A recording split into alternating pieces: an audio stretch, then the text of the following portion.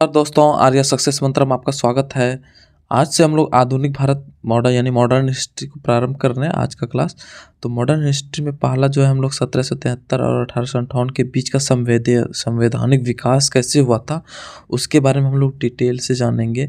तो ये आज पार्ट 1 में हम लोग जो है 1773 का regulating acts, Pitt's of India acts, ये सब सारी चीज़ पढ़ेंगे हम लोग।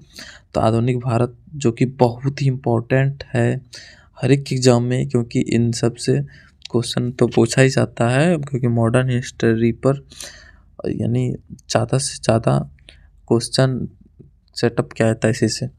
तो चलिए आज का सेशन शुरू कर देंगे। अगर आपको यह सेशन पसंद आए तो ज़्यादा से ज़्यादा लोगों को शेयर कर दीजिएगा और आप भी खुद लाइक सब्सक्राइब कर लीजिएगा।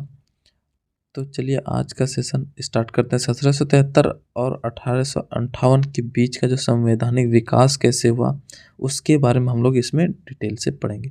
तो बोल रहा है कि बक्सर के युद्ध जो कि 1764 के बाद, बक्सर का युद्ध कब हुआ था? 1764 ईस्वी में। इसके बाद बोल रहा है कि 12 अगस्त 1765 को रॉबर्ट क्लाइव ने तत्कालीन मुगल बादशाह शाह आलम द्वितीय से एक फरमान द्वारा बंगाल, बिहार और उड़ीसा की दीवानी प्राप्त कर ली थी। ठीक, यानी बक्सर का युद्ध जब हुआ यानी 1764 में, उसके बाद 12 अगस्त 1765 ईस्वी को रॉबर्ट क्लाइव ने तत्कालीन जो मुगल बादशाह था उस समय शाह आलम द्वितीय, उससे एक फरमान द्वारा बंगाल, बिहार और उड़ीसा की दीवानी यानी राजस्व वसूलने का अधिकार, दीवानी मतलब होता है राजस्व वसूलने का अधिकार, प्राप्त कर लिया। ठीक, तो उस समय बिहार यानी बंगाल, बिहार और उड़ीसा, तो बिहार में ही झारखंड भी आ जाता है। जैसे प्राप्त हुआ उसके बाद क्या किया कि ईस्ट इंडिया कंपनी ने बादशाह को 26 लाख रुपए वार्षिक पेंशन देना स्वीकार किया। ईस्ट इंडिया कंपनी ने जो है ना बिहार, बंगाल, उड़ीसा को जो दीवानी प्राप्त किया उसके एवज में बोला कि हम तुमको, ठीक है, हम तुमको 26 लाख पर ईयर जो है ना पेंशन के रूप में आपको देंगे। किसको? शाह आलम द्वितीय को। अवध का जो नवाब था शुजाउद्दौला भी कंपनी का पेंशनर बन चुका था। अवध भी जो है, तो ये भी क्या हुआ कि इसका जो नवाब था शुजाउद्दौला, वो भी क्या है कि कंपनी यानी ईस्ट इंडिया कंपनी का पेंशनर बन गया। अब कंपनी क्या करता है, कंपनी ने 2 उप दीवान नियुक्त किया। कंपनी ने 2 उप दीवान, बंगाल के लिए राजा खां, ठीक, और बिहार के लिए राजा सिताब राय, इस दोनों को उप दीवान नियुक्त किया। किसने? ईस्ट इंडिया कंपनी ने, क्योंकि अब अधिकार किसके पास आ गया? बंगाल, बिहार, उड़ीसा का तो ईस्ट इंडिया कंपनी के पास। और इसके एवज में क्या किया था कि बादशाह शाह आलम द्वितीय को 26 लाख रुपये वार्षिक, ये पूछा भी जाता है कि 26 लाख रुपया वार्षिक पेंशन के रूप में यानी मतलब देना स्वीकार किया था।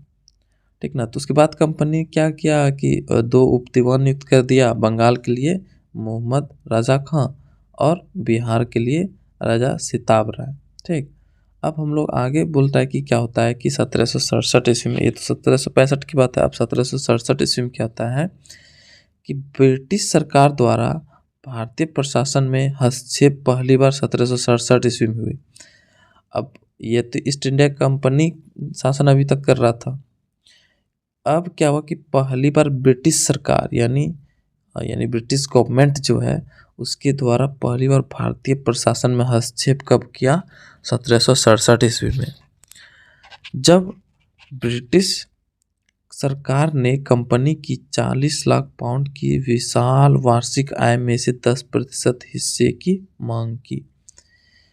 अब ब्रिटिश सरकार क्या किया कि ईस्ट इंडिया कंपनी से पर ईयर यानी साल भर में वार्षिक जो आय उसका होगा 40 लाख पाउंड होना स्टार्ट हो गया था उसका ईस्ट इंडिया कंपनी। उसमें से क्या किया कि ब्रिटिश सरकार ने बोला कि 10% हिस्सा तुम हमको दो हर साल। तो उसमें भी एग्री हो गया ईस्ट इंडिया कंपनी, यानी देना प्रारंभ किया। अब उसके बाद क्या होता है, 1765 से 1772 ईस्वी के बीच क्या होता है उसको जानते हैं हम लोग कि प्रशासन का दोहरी प्रणाली अस्तित्व में आ जाती है। ठीक, अब प्रशासन में क्या होता है कि दोहरी प्रणाली अस्तित्व में आती है। इसके अनुसार कंपनी दीवानी थी और तथा नवाब नाजिम अब तक कंपनी पर भूमि का सीमा शुल्क इत्यादि वसूलने की जिम्मेदारी थी। इस व्यवस्था में कंपनी के पास वास्तविक अधिकार थे, परंतु उसका कोई दायित्व नहीं था, जबकि इसके भारतीय प्रतिनिधियों यानी उप दीवान को सभी अधिकार थे, लेकिन उनकी कोई जिम्मेदारी नहीं थी। यह व्यवस्था 7 वर्षों तक जारी रहा। इस अवधि में निम्न विशेषताएं रही। अब इस समय जो 1765 से 1772 के ईस्वी के बीच क्या क्या हुआ उसके बारे में हम लोग जानेंगे। तो यहाँ से बोल रहे कि 1765 से 1772 ईस्वी में ही दोहरी प्रणाली अस्तित्व में आया।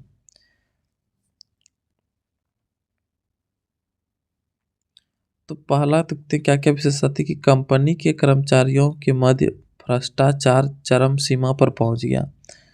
यानी इसी अवधि में क्या हुआ कि ईस्ट इंडिया कंपनी के बीच जो कर्मचारी था उसके बीच जो है ना भ्रष्टाचार एकदम चरम सीमा पर पहुंच गया था।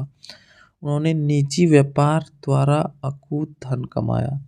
अब कंपनी जो है ना खुद जो है अपना निजी व्यापार भी करना प्रारंभ करने लगा और बहुत धन कमाया।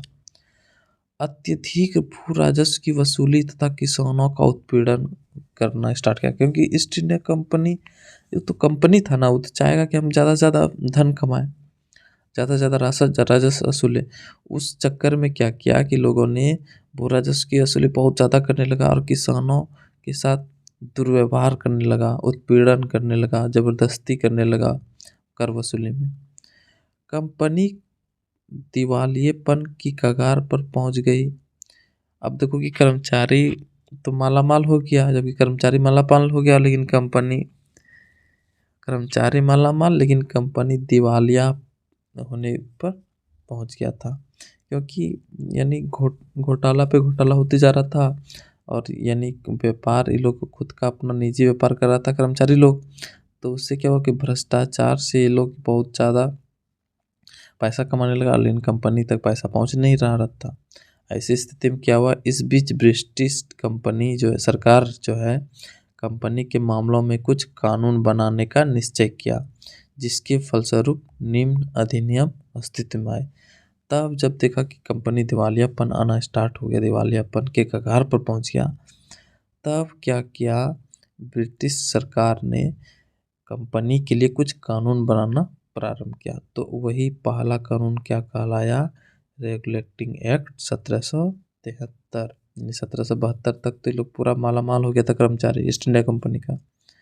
उसके बाद पहला कानून बनाया जिसका नाम रखा रेगुलेटिंग एक्ट 1773। अब इसमें क्या होता है कि कंपनी के डायरेक्टरों को कहा गया, यानी जो कंपनी का ईस्ट इंडिया कंपनी का डायरेक्टर जो था, कहा गया कि वे अब से राजस्व से संबंधित सभी मामलों तथा दीवानी एवं सैन्य प्रशासन के संबंध में किए गए सभी प्रकार के कार्यों से सरकार को अवगत कराएं। यानी डायरेक्टर को कहा गया कि अब राजस्व से संबंधित जितना भी मामला होगा, दीवानी और सैन्य प्रशासन, ये सब तीनों संबंध में जितना भी कार्य करोगे वो हमें बताओ। यानी सरकार कहा, ब्रिटिश सरकार बोला कि हमको बताओ, हर चीज़ बताओ। इस प्रकार पहली बार ब्रिटिश कैबिनेट में भारतीय मामलों का हस्तक्षेप का अधिकार दिया गया और इस तरह से ये जो प्रावधान किया गया, इस तरह से पहली बार जो है ना ब्रिटिश कैबिनेट ने भारतीय मामलों पर हस्तक्षेप का अधिकार दिया गया, ठीक, ब्रिटिश कैबिनेट को। अब यानी जो है ना सारा चीज़ ब्रिटिश कैबिनेट से कंट्रोल होना स्टार्ट हुआ। अब 500 पाउंड के अंशधारियों के स्थान पर 1000 पाउंड के अंशधारियों को संचालक चुनने का अधिकार दिया गया। यानी जो है ना 500 पाउंड जिसका अंशधारी यानी शेयर धारक जिसको बोलते हो, अब जिसका 1000 पाउंड रहेगा वही संचालक चुनने का अधिकार रखेगा। ये पहला नियम बनाया। दूसरा क्या किया कि संचालक मंडल यानी कोर्ट ऑफ डायरेक्टर्स का कार्यकाल 4 साल कर दिया गया। 4 कार्यकाल जो है 4 वर्ष का कर दिया। प्रति वर्ष जो है उनमें से 1/4 सदस्यों का स्थान पर नए सदस्यों का निर्वाचन की पद्धति अपनाई गई। बंगाल में एक प्रशासन मंडल गठित किया गया जिसमें कि गवर्नर जनरल पार्षद नियुक्त किए गए। वे पार्षद नागरिक तथा सैन्य प्रशासन से संबंधित थे। इस काउंसिल यानी मंडल यानी काउंसिल के निर्णय बहुमत के आधार पर लिए जाते थे। इस अधिनियम पर मंडल यानी काउंसिल में वारेन हेस्टिंग को गवर्नर जनरल के रूप में तथा क्लवरिंग, मॉन्सल, बरवैत और फिलिप फ्रांसिस को पार्षद के रूप में नियुक्त किया गया। यानी वारेन हेस्टिंग गवर्नर जनरल बना दिया गया और उसके बाद क्लवरिंग, मॉन्सल, बरवैत और फिलिप, ये इन सबको पार्षद के रूप में चुना गया। इन सभी का कार्यकाल 5 वर्ष था तथा कोर्ट ऑफ डायरेक्टर्स की सिफारिश पर केवल ब्रिटिश सम्राट द्वारा ही इन्हें हटाया जा सकता था और आगामी नियुक्तियां जो है कंपनी द्वारा ही की जानी थी। बंगाल के गवर्नर को अब समस्त अंग्रेजी क्षेत्रों का गवर्नर कहा गया। अब बंगाल का गवर्नर को पूरा समस्त यानी भारत का गवर्नर कहा जाने लगा। यानी जितना भी अंग्रेज लोग अपना क्षेत्र हथियाया हुआ था वो पूरे का गवर्नर कहा जाने लगा। 100% गवर्नर जनरल को बंगाल में फोर्ट विलियम की प्रेसिडेंसी के असैनिक तथा सैनिक शासन का अधिकार दिया गया। कुछ विशेष मामलों में उसे बम्बई और मद्रास की प्रेसिडेंसियों का भी अधीक्षण भी करना था।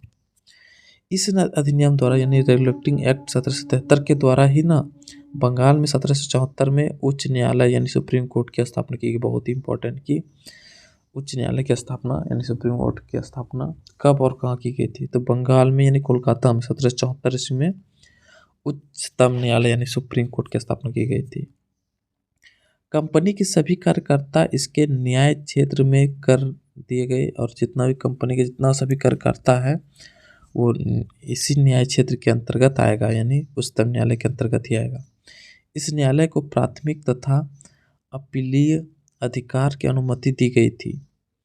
इस न्यायालय के एक मुख्य न्यायाधीश तथा 3 अन्य न्यायाधीश थे। इसमें जो है मुख्य यानी उच्चतम सुप्रीम कोर्ट जो बनाया गया था कलकत्ता में 1774 ईस्वी में, उसमें एक मुख्य न्यायाधीश था और 3 अन्य न्यायाधीश। सर एलिजाह एमपी को सुप्रीम कोर्ट का प्रथम न्यायाधीश बनाया गया। बहुत ही इंपॉर्टेंट है।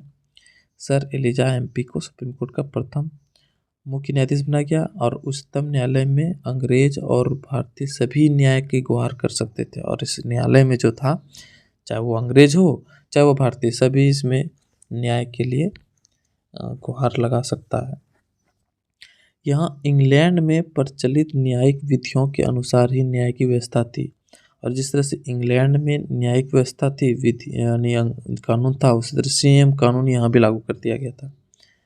न्यायालय को यह भी अधिकार दिया गया कि यह कंपनी और सम्राट की सेवा में लगे व्यक्तियों के विरुद्ध मामले, कार्यवाही या शिकायत की सुनवाई कर सकता है। यानी कंपनी के अंतर्गत कोई भी शिकायत हो, कोई यानी व्यक्ति के विरुद्ध कोई मामला हो, कार्यवाही हो, ये सब चीज़ सारा चीज़ यानी न्यायालय में यह अधिकार उसको दिया गया न्यायालय को।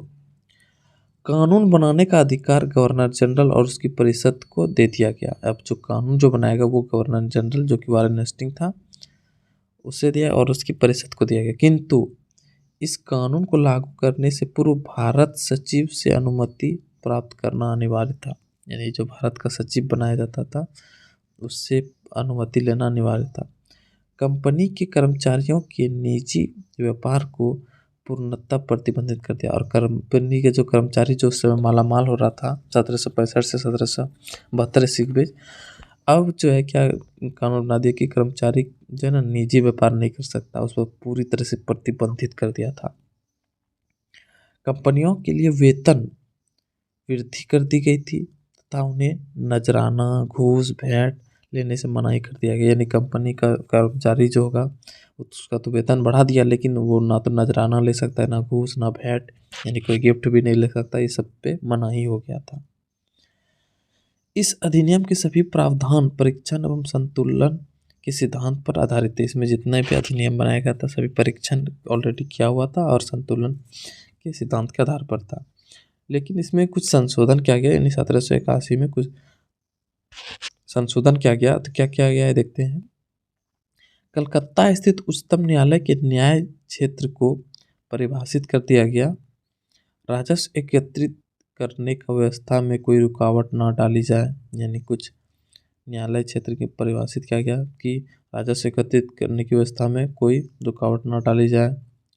कानून बनाते, यानी ये सब उच्चतम न्यायालय के लिए किया गया था। कानून बनाते तथा उसका क्रियान्वयन करते समय भारतीयों के सामाजिक तथा धार्मिक रीति रिवाजों का सम्मान किया जाए। यानी अगर कोई कोर्ट जो है, यानी उच्चतम न्यायालय कोई कानून बनाता है तो उस समय जो है ना, भारतीयों की सामाजिक और धार्मिक धार्मिक रीति रिवाज जो है ना, उसका सम्मान किया जाए। वैसे मतलब ऐसा कानून बनाए जिससे भारतीयों की सामाजिक या फिर धार्मिक पर कोई क्षति ना पहुँचे, उसकी अवहेलना ना हो। तो ये था आज का सेशन। अब उसके बाद हम लोग दूसरा वीडियो में पिट्स इंडिया एक्ट के बारे में पढ़ेंगे। ये तो पहला जो नियम बनाया गया था तो उसके बारे में था। तो हम लोग जो है ना, पूरा वीडियो में जो है, आज से तो ये पार्ट 1 है, तो पार्ट 1 में हम लोग रेगुलेटिंग एक्ट के बारे में पढ़े। तो पूरा संवैधानिक कैसे 1773 से 1858 के बीच कैसे संवैधानिक विकास हुआ, उसके बारे में हम लोग पूरा पढ़ेंगे। तो यह जो सेशन है ये सारे एग्जाम के लिए बहुत ही इंपॉर्टेंट है। तो चलिए वीडियो को यहीं समाप्त करते हैं, फिर से नए वीडियो के साथ फिर हाजिर होंगे। तब तक के लिए धन्यवाद। जय हिंद।